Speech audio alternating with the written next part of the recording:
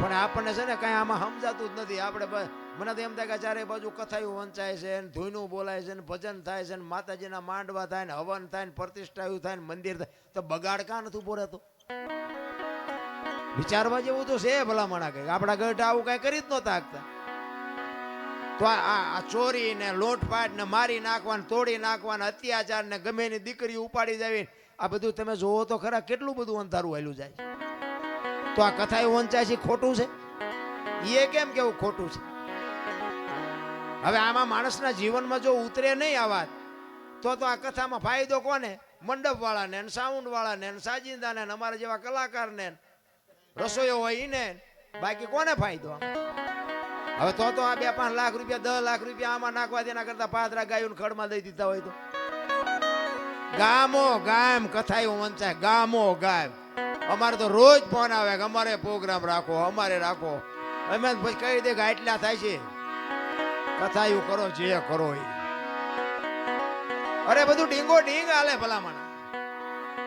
મને એમ થાય કે આ ખોટું છે એવું નથી કહેતો, પણ બગાડ અટકવો જોઈએ બાપુ. જો આ સત્ય હોય અને ઓલા કે ને કે કાં તો ઓલામાં ફેર ને કાં તો ઓલામાં ફેર, સત્ય હોય તો આ બાપુ દુનિયામાં કંઈક, હું એમ કહું છું કે 5,000 50,000 માણા ભેગું થાય તેમાં 10 તો સુધરવા જોવે કે નહીં?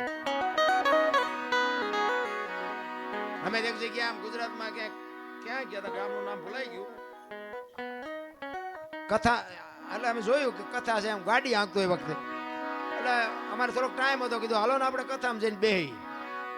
હવે એમ અહીંયા બેઠા ને કથા ચાલુ હતી ને એમાં 2 જણા બાજ્યા. બોલો, હવે કથા ચાલુ હોય એ વખતે જો બાજે માણા, તો એમાં બહાર તો કઈ મગજમાં ઉતરે જ છે. એમાં એકને દવાખાને લઈ જવો પડે. બોલો, હવે આમાં પતિ જો હોય તો કથાના માંડવાનું શું થાય, ઓલા વક્તાનું સાજિંદાનું શું થાય? અરે બાપુ કઈક ઊંધું રંધાય છે, મને એવું લાગે. સાચું ખોટું તો મારો રામ જાણે.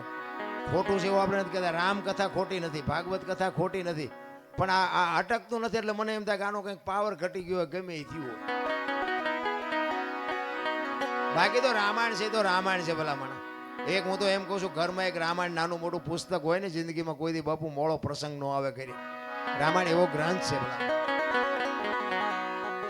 તુલસીદાસ મહારાજે રામાયણમાં એક સાખી લખી કે સુનહું ભરત ભાવી પ્રબળ જીવન મરણ જસ અપજસ નફો નુકસાના વિધિના વિધાન. જીવન મરણ જસ અપજસ નફો અને નુકસાન, 6 વસ્તુ બાપુ હજી આજની તારીખમાં કોઈને ખબર નથી. આપણે આ દુનિયામાં આવ્યા કેવી રીતે કોઈને ખબર હોય મને કયો, અને જવાનું છે કેવી રીતે એ કોઈને ખબર હોય કયો. જીવન મરણ ની ખબર નથી. તો આની જ વાત કરો ને, અમે અહીંયા આવ્યા છે, અમને જ મળે કબજ મળે અમને ખબર છે. 5 જણા સારું કે 5 જણા એમ કે બોલે વારો જ ન આવવા દીધો બીજાનો.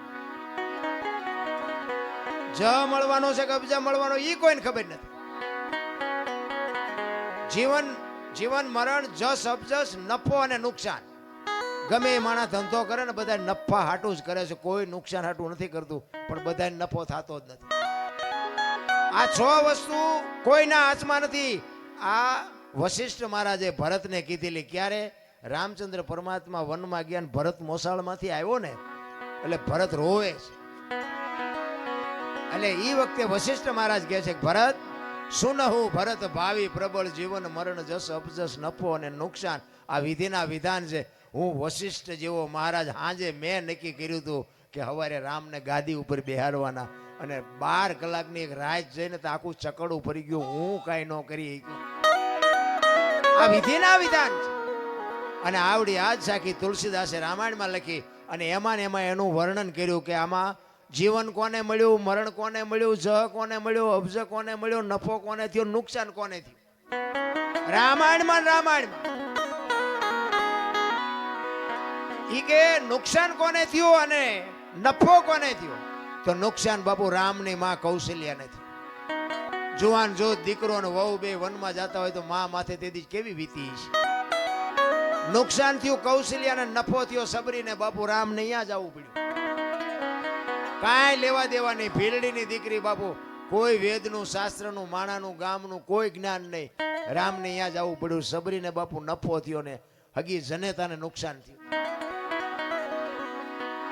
તો કે જીવન કોને મળ્યું અને મૃત્યુ કોને મળ્યું? મૃત્યુ મળ્યું રાજા દશરથને રામ જેવો દીકરો હોવા છતાંય બાપુ મૃત્યુને રોકી ન શક્યો. મૃત્યુ મળ્યું દશરથને, જીવન મળ્યું અહલ્યાને, હરાપમાંથી મુક્ત થઈ ગઈ. તો કે આમાં જ કોને મળ્યો ને અબજ કોને મળ્યો? અબજ મળ્યો કઈ કઈને, અને જ ખાટી ગયા વાંદરા. તેથી રામને કોઈ નો કામમાં આવ્યા, વાંદરા જ કામમાં આવ્યા. આખી અયોધ્યાને ખબર હતી. ક્યારે લક્ષ્મણ મૂર્છિત થઈ ગયો ને હનુમાનજી મહારાજ જયારે સંજીવની લેવા ગયા અને લઈને આવતા હતા ને ભરત જોઈ ગયો. એ કે રાક્ષસ કોક પર્વત લઈને જાય છે, મારા ભાઈની વનમાં છે, અહીંયા નાખશે ને તો કંઈક નુકસાન કરશે, એટલે આને પાડું હેઠો.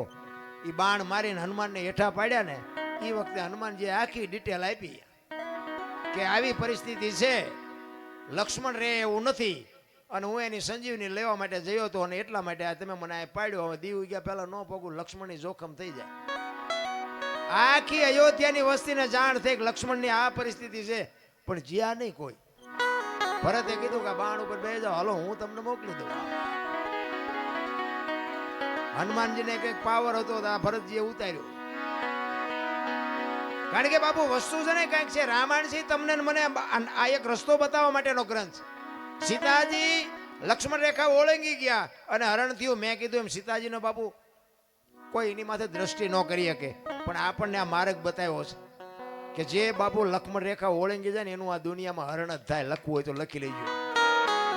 પછી બાપને હોય ને દીકરાને હોય ને માને હોય ને વહુને હોય ને દીકરીને હોય, મર્યાદા કોઈ મૂકી દે એટલે બાપુ હરણ જ થાય. રાવણ મરી ગયા હું માનતા નહીં, ગામો ગાયમ છે રાવણ. પણ જે મર્યાદા મૂકી દે એટલે આ દુનિયામાં હરણ જ થાય, બાકી વાતમાં કાંઈ છે. એક સબરીનો પ્રસંગ કહી પછી મારી વાણીને વિરામ. સબરી બાપુ હમણાં મેં ગુરુની શિષ્યની વાત કરીને મૂળદાસને હજી સાંભળવાના છે. મૂળદાસ બાપુની વાત લઈ લો હાલો ને, પછી સબરીને વાહે રાખો. મારે જોકે જ્યાં જઉં છું ને ત્યાં મને બે ત્રણ વખત બેહારી અને કાઢ લે શીખ મારી પાસે શું કાઢવું. બધા સાંભળેલો જ છે મને, આમાં કઈ નવું તો કઈ છે નહીં. એટલે એ તો મને ખબર છે, નહીં બોલી કોઈ નહીં બોલાવે એ ખબર છે. પણ આ દેહ ને એક દી બાપુ દુનિયા દિવાળી જ મૂકવાની છે. બાકી એક દેહ થી જો 5 આત્માને આનંદ આવતો હોય તો એમાં લડી લેવાય, એમાં કઈ સવાલ જ નથી.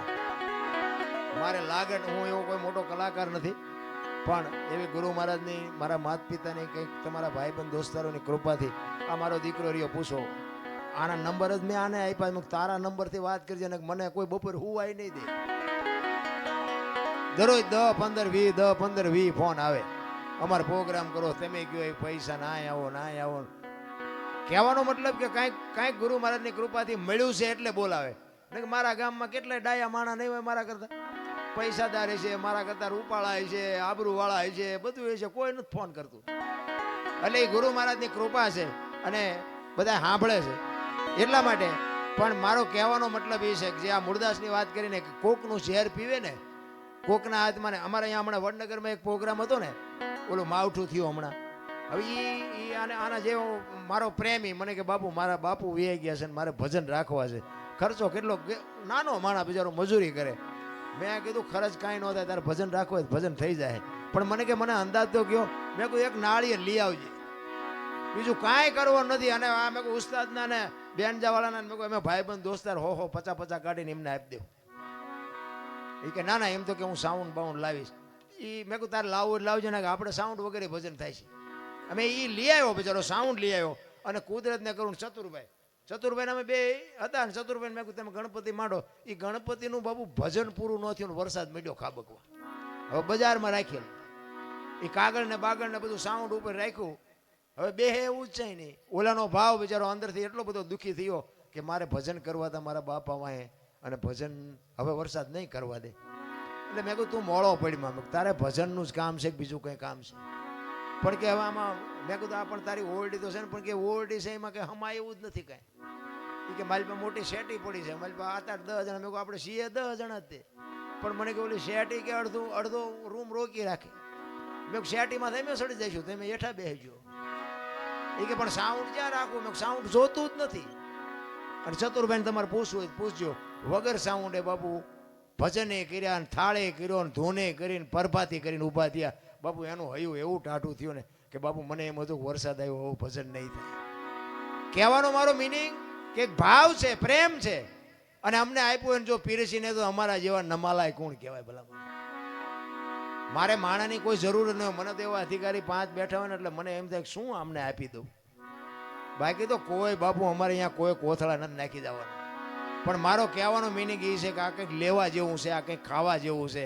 આમાંથી 2 જણાને મારી વાત ગળે ઉતરે ને એટલે મને એમ થાય કે મારી રાજ સુધરી છે, બસ બીજું કાંઈ છે નહીં. આમાં કોકના જીવનમાં બાપુ કોકના દુઃખમાં જો ભાગ પડાવી શકી ને તો જ મારો નાથ નોંધ કરે. બાકી એમ નામ નથી થાય એવું. આ મૂળદાસ હાંજનું ટાણું વાયુનો કાંઠો ને બાપુ માળા કરતો હતો. અને એક જુવાન દીકરી કુએ પડવામાં આવી અને આમ કુવામાં ધોબકો મારવાની તૈયારી કરી અને બાપુ જોઈ ગયા. હળી કાઢીને બાવડું પકડી લીધું. હા હા બેટા શું કામ? એ કે બાપુ મને મરવા દો. એ કે પણ શું કામ મરવું છે? આ માણા જેવો અવતાર મળ્યો છે, મરવું છે શું કામ?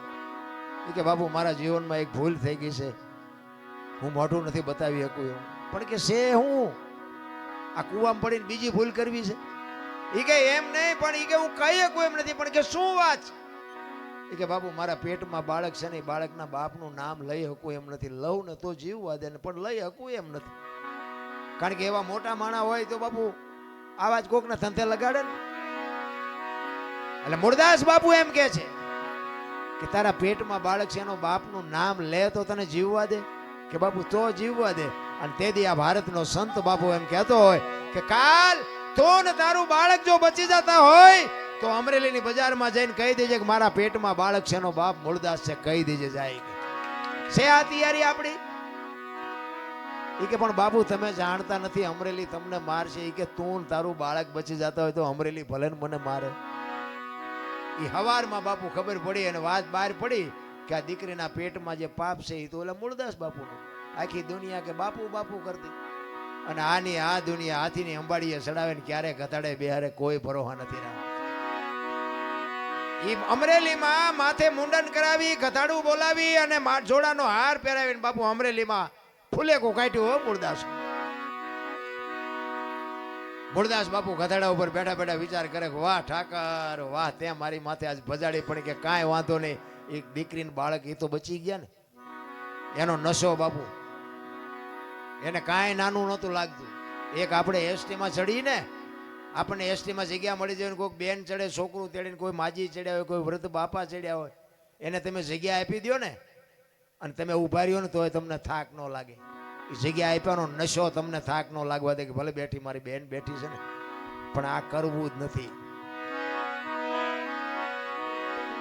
આ વાત ઉડતી ઉડતી જામનગર સ્ટેટ અમારા જામનગર દરબારે મૂળદાસમાં કંઠી બંધાવેલી.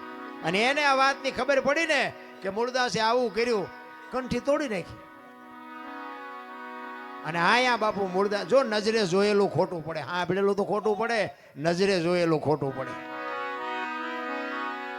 આયા ઠેબી નદીના હામા કાંઠે બાપુ મૂળદાસ બાપુ સાપરું વાળીને રહે છે.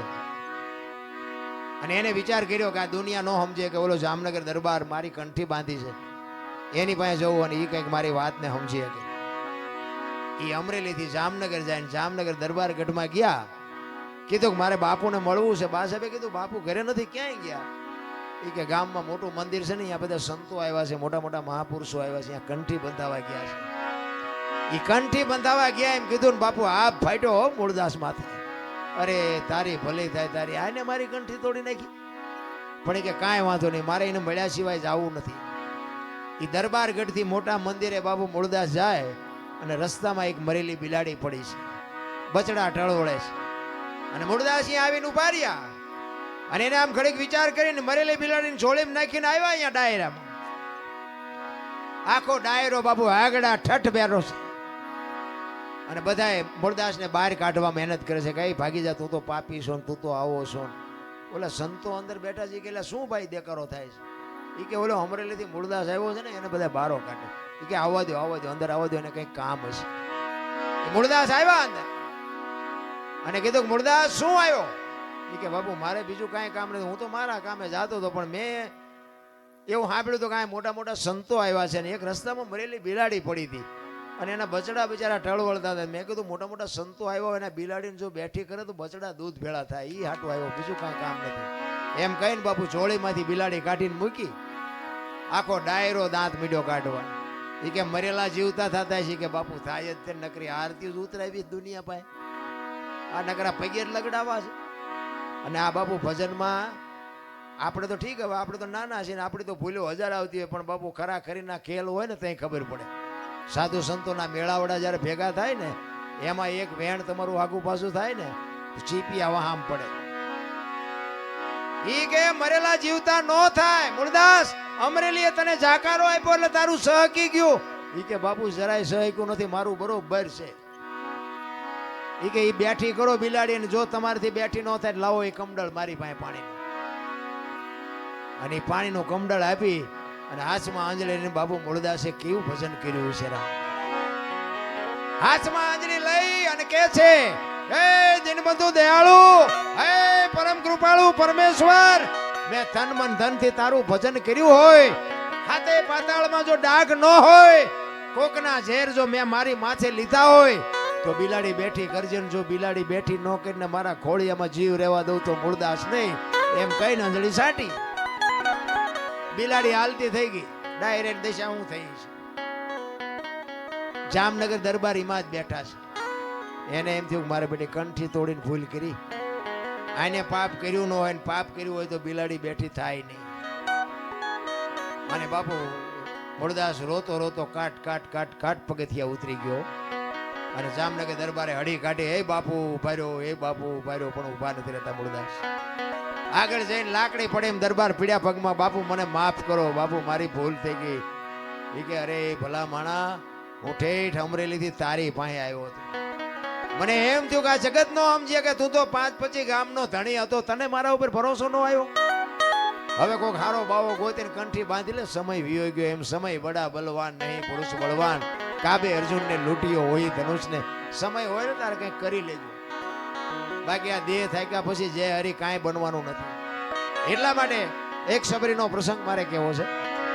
માતંગ ઋષિ જેના ગુરુ, તમે વિચાર કરો, એ ગુરુ મહારાજનો શબ્દ બાપુ, માતંગ ઋષિએ સબરીને એક જ વાત કરી હતી કે અહીં બેહી જા, વહેલો મોડો રામ આવશે. આટલી જ ભજન, આટલી જ વાત. અને એક શબ્દ પકડી અને બાપુ સબરી બેહી ગઈ. રામ જેથી અહીંયા આવ્યા ને તેથી બાપુ ચાંદીના પતરા જેવા વાળ થઈ ગયા હતા. કેવડી એની ધારણા છે. રામ અને લક્ષ્મણ સીતાજીની જયારે શોધ કરવા માટે નીકળ્યા ને ત્યારે અહીંયા સબરીનો આશ્રમ થોડોક શેટો અને પ્રકૃતિ બાપુ રામનું ભજન કરતી હતી. ઝાડવાના પાંદડામાંથી રામ રામ રામ બોલતા હતા. લક્ષ્મણ રામને પૂછે છે, મોટા ભાઈ આ કયો મલક આવ્યો, અહીં તો પ્રકૃતિ તમારું ભજન કરે છે. અને સંતોનું એવું મંતવ્ય છે કે એક જગ્યાએ બેન 3.5 કરોડ નામના જાપ થાય ને એટલે દિવાલમાંથી અવાજ આવે ને ધરતીમાંથી અવાજ આવે. 3.5 કરોડ નામના જાપ થવા જોઈએ. હવે સબરીએ 70 વર્ષ સુધી નામ લીધું, કેટલા નામ લીધા છે. લક્ષ્મણ કહે છે આ તમારી પ્રકૃતિ તમારું ભજન કરે છે. ત્યારે રામ કહે છે કે અત્યાર સુધી આપણને બધા સંતો મળવા આવતા હતા ને, તો કે હા, તો કે આજ આપણે એક સંતને મળવા આપણે જવાનું છે. સામેની જો ઓલી ઝૂંપડી રહી ને, એ ઝૂંપડીમાં જાતો એક ભીલડીની બાઈ મારા નામના જાપ કરે છે. અને લક્ષ્મણ અહીંયા ગયો ને ભાઈ, આમ નેજવા કરતી કરતી બાપુ રોતી થયો સબરી. શેષ નાગનો અવતાર લક્ષ્મણ પરશુરામને પરસો વાળી દે, પણ સબરીની ભક્તિ જોઈને ધ્રુજી ગયો ભાઈ. સબરી બાપુ આમ નેજવા કરીને કે મારા ગુરુએ કીધું છે કે રામ આવશે, પણ હજી નો આવ્યો. નહીં આવે, નહીં આવે, એ નહીં આવે એમ કે ને તો અંદરથી અવાજ આવે કે મારો ગુરુ બોલ્યો, એ કોઈથી ખોટું પડે નહીં. આવે આવે ને આવે. અને હળવી હળવી બાપુ આમ બોલતી હતી કે મને નજરે દેખાતું નથી, કાને સંભળાતું નથી, રામ ક્યાં રસ્તેથી આવશે, રામે કેવા કપડાં પહેર્યા છે, રામ શું વાહન લઈને આવશે, આ તો હું મારા ગુરુને પૂછવાનું ભૂલી ગઈ. અને હળવી હળવી ગાતી હતી. શું ગાતી હતી?